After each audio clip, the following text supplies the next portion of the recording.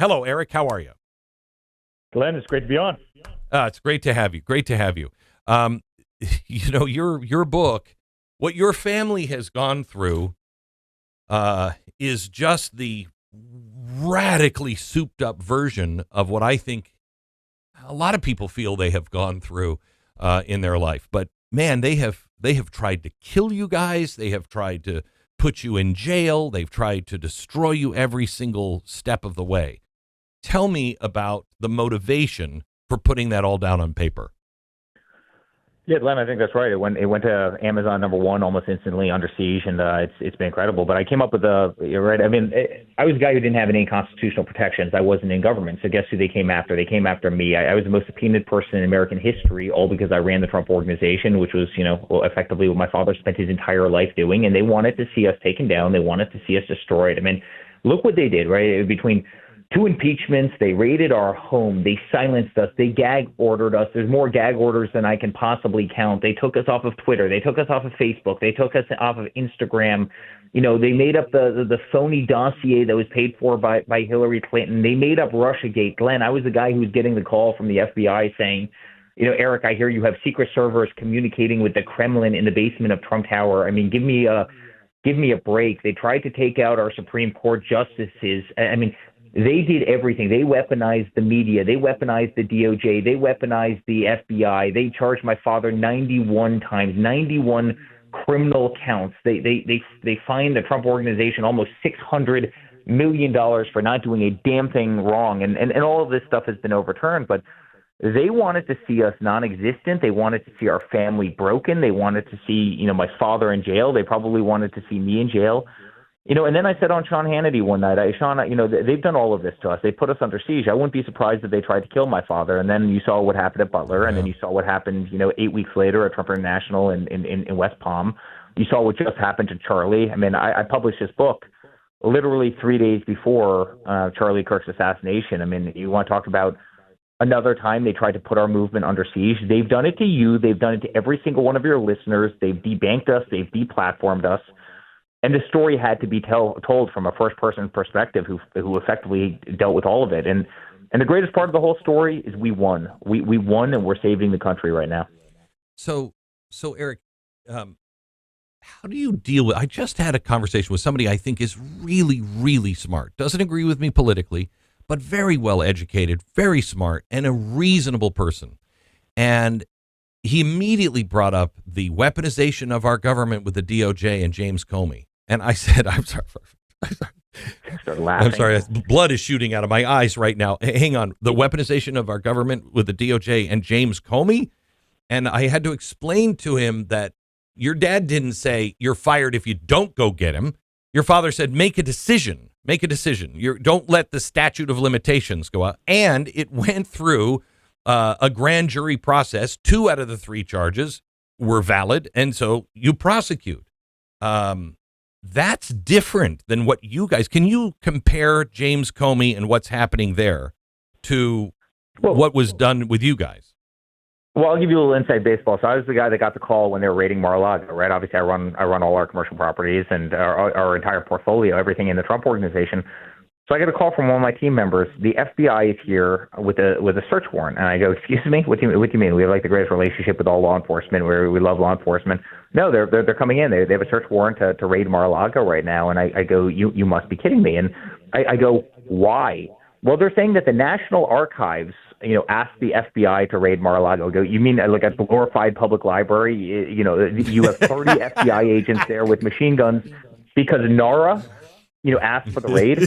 I went on Fox News that night. I think it was Jesse Waters or somebody. I went on Fox News that night. I go, "Give me a break. Like, I wasn't born yesterday. Like, you don't raid Mar-a-Lago, the former president's home, and very likely the future president again, because my father was doing great. You don't raid that home based on the National Archives. Like, you better believe Biden was behind this." And sure enough, 18 months later, it comes out that Biden was behind it, and Merrick Garland was 100% behind it, and they were the ones that authorized it. And the weaponization is unlike anything I'd ever seen. I mean, Glenn, we were a family that's never gotten so much as a speeding ticket ever in our lives, and we lived a pretty fast life in terms of business and life, until my father decided that he was looking to run again in 2024. in which case they indicted him 34 times for a $130,000 payment that he didn't even make. Like, I mean, people who were sitting in the courtrooms couldn't even possibly believe it. Again, we've had every single one of them overturned, but when I hear them talking about James Comey, who clearly, I mean, it very much looked like to me lied to Ted Cruz in that congressional or in that testimony that day. I mean, give me a break. I mean, these guys, I probably spent $400 million defending ourselves from hoaxes. I mean, the Russia hoax, we had disproved to the FBI day one. We didn't have secret servers. There are no servers in the basement of Trump Tower because basements flood. You don't put, like computers 101, you don't put servers in basements, right? We didn't know anybody in Russia. They knew this, and they let this sham get perpetrated for 3 years so that one greedy woman could possibly get, 2 more votes. And then when she lost in an embarrassing fashion to people who didn't know what a damn delegate was, i.e. our family, because we had never been in politics before, they needed some way to justify her embarrassing performance. They took your father off the ballot in Maine. They tried to take him off in Colorado. That, to me, is the weaponization of the political system. By going after you guys for the servers, by changing documents, literally FBI changing documents to go after people in your organization on the Russiagate stuff, changing the documents for a FISA court. That's true weaponization.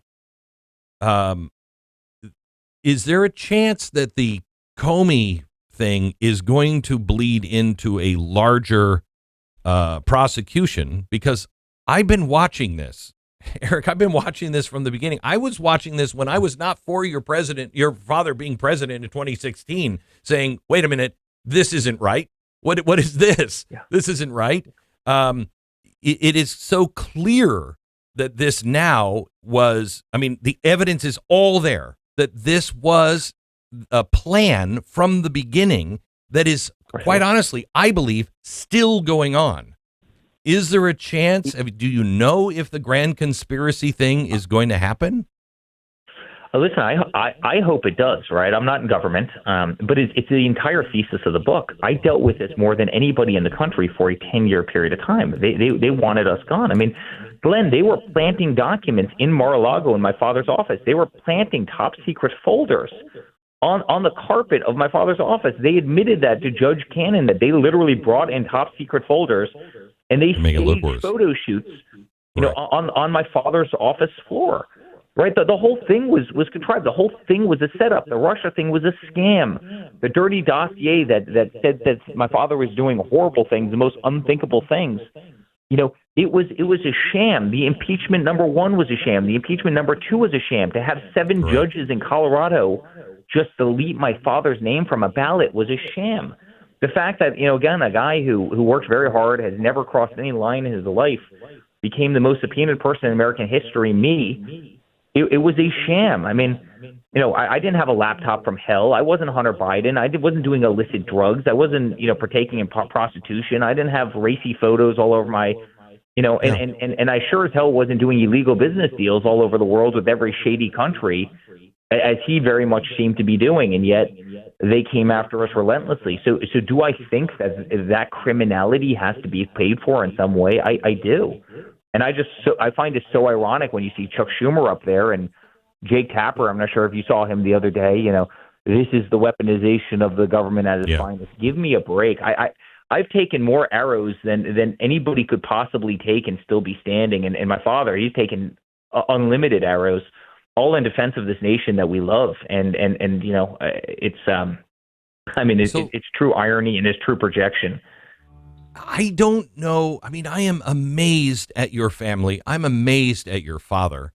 The things that you guys have put up with, the things that you have come through. And at some point, did anyone in the family say, "Dad, please, I mean, we want Grandpa to be around. Stop, please." Did that ever happen? You know what? It's kind of funny. I think that's exactly what they thought was going to happen. I think they thought that they could take this kind of New York billionaire and make his life so uncomfortable that he would want to go back to Palm Beach, Florida, play golf, hang out with his grandkids, fly around on Trump Force One, live in Mar-a-Lago, live a great life, right? And there's no question that was their calculus. How do we make fun of him? How do we silence him? How do we bankrupt him? How do we go after his family? How do we raid his home? How do we indict him, right? How do we break up his business? How do we strip the Trump name off of every building in New York City? I mean, those are all the things that I dealt with. And, I think they wholly misunderstood him. And, maybe it's like a masochistic type quality, but like the harder they hit him and the harder they hit us, the more resilient we were. I was in those courtrooms, Len, with my father every single day. When they turned around in New York and read off 34 bogus felony counts, and with a corrupt judge, and a lot about that trial. My father stood around, turned around, shook my hand. We left the courthouse. We did a press conference. I mean, I was speaking on the front stairs of those that courthouse every single day to the press. I remember my father was gagged. And then we went down and we did a big fundraiser. I mean, we literally left a courthouse after having 34 felony indictments and went to a political fundraiser. I mean, the man never stopped. He was the Energizer Bunny in a red tie wearing a suit on steroids. And the harder they hit him, the harder he worked, the harder he fought back. But beyond that, I think the more the American people realized this whole thing was a sham. I mean, there's only so many times you can cry wolf before everybody realizes it's nonsense. And they cried wolf with Russia, and everybody saw that. And they cried wolf with the impeachments, and everybody saw that. And people fundamentally started distrusting the mainstream media in this country. And independent voices like yours all of a sudden became the most powerful, we've ever seen in the nation's history. And, and all of a sudden this whole thing turned around where people started realizing, hey, the harder they hit this guy, the more I like him, because this is the system. This is the corruption at work. And listen, obviously it worked because my father won the popular vote. He won every single swing state. He won 11 counties in California that had never been run by a Republican. In 37 years, no Republicans won Miami-Dade County. We won it by 11 points. And every single state in the country, all 50 states, tacked way right. And so clearly their games didn't work, but that's what they wanted. They wanted to make his life so damn uncomfortable that he would bow out of the race and say, you know what, let's just go live my glory years at Mar-a-Lago, living out the American dream as an ex-president. And they wholly underestimated the man. But the whole family was like that? I mean, everybody in the family. I mean, I don't say this you guys are amazing. Even if you would have said, Dad, stop it, please, not for us, for you, stop it. It's not a sign of weakness. I'm amazed that no one in the family ever just sat down and said, Glenn, Dad. At that point, I think we were up to our eyeballs. Meaning, they had us in every, I had 100 depositions. I had 100 subpoenas on my desk. They were raiding our homes. They were trying everything they possibly could to take us out, to bankrupt us. You had Letitia James in New York, the corruption that was that case that I just had overturned 5-0, by the appellate courts in New York. This was an absolute sham with a sham judge. You had the Alvin Bragg nonsense. You had the Fannie Willis nonsense with her boyfriend in Georgia. You had the Jack Smith as he plants documents at Mar-a-Lago and ransacks Melania's closet and Barron's room and, in our home. At this point, we were neck deep in it. I mean, we had no other choice. I mean, if we would have given up then, we would have been dead. They would have taken us out. And there was one point, I talk about it in the book, where my father looks at me coming out of that courtroom and he says, honey, I don't know how, but we're going to win. And I said, listen, we either win or we're all going to be in jail, because that's exactly what these corrupt people will do to us. And again, it's a great irony that I find in, the way the Democrats are treating the Comey indictment this week. It's they would have put us all in jail and had us rot there for eternity. Oh yeah. Had we not had pulled it off. That was their exact intent, and they had weaponized the entire system in order to make that happen. So my wife and I just we just moved to Florida, and we live near the Trump National Golf Course. We were driving by, and I thought, everything this family has done, everything this brand has gone through, I think it's a more powerful brand now than ever before. And part of it is the way you guys have dealt with the, just weathered every storm. But also, I think your dad, I've had a lot of respect for your dad as a builder. And, I watched him build buildings in New York. And And honestly, Eric, I really thought, because he could build things twice as fast as anybody else in New York. And I'm like, how does this guy not have mob connections? How do you do business without the mob? And nothing. Clean, clean, clean. So I don't know how he does what he does. He's just a machine. But I feel like everything he has done, in a strange change of topic here, I think he found the golf course and the golf resorts are like, that's, I think he's the best at that in the world now. Yeah.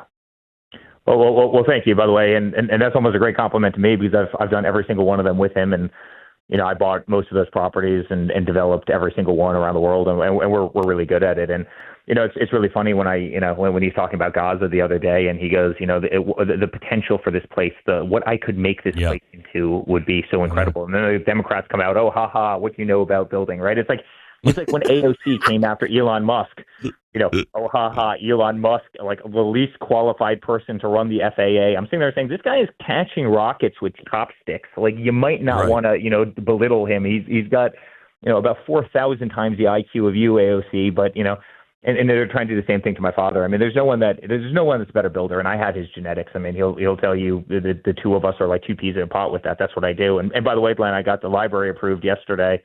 It's going to be in Miami, Florida, and it's spectacular. So we just got the greatest site in Florida, and I'm going to be building that. And I promise you, it's not going to look like the Barack Hussein Obama presidential library in Chicago that looks like a jailhouse. They're literally going around neighborhoods in Chicago. They're like, "What does that building look like?" And everybody's like, "Man, it looks like a jail." It's going to be a spectacular building. But no, I think my father will. Now, 10 years ago, I would have said what he would have wanted on his tombstone was the greatest developer, the greatest builder. I think today it's a man who literally not only inspired a nation, but opened the eyes of the entire nation to how we were getting ripped off, the flaws of government, and how much better we could be running this country, which he's doing right now.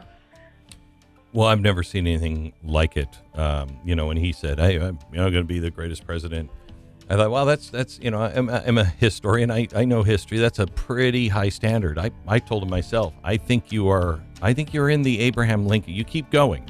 You're in the Abraham Lincoln, George Washington kind of territory. And it may take 100 years for people to realize that. But I've never seen anything like it.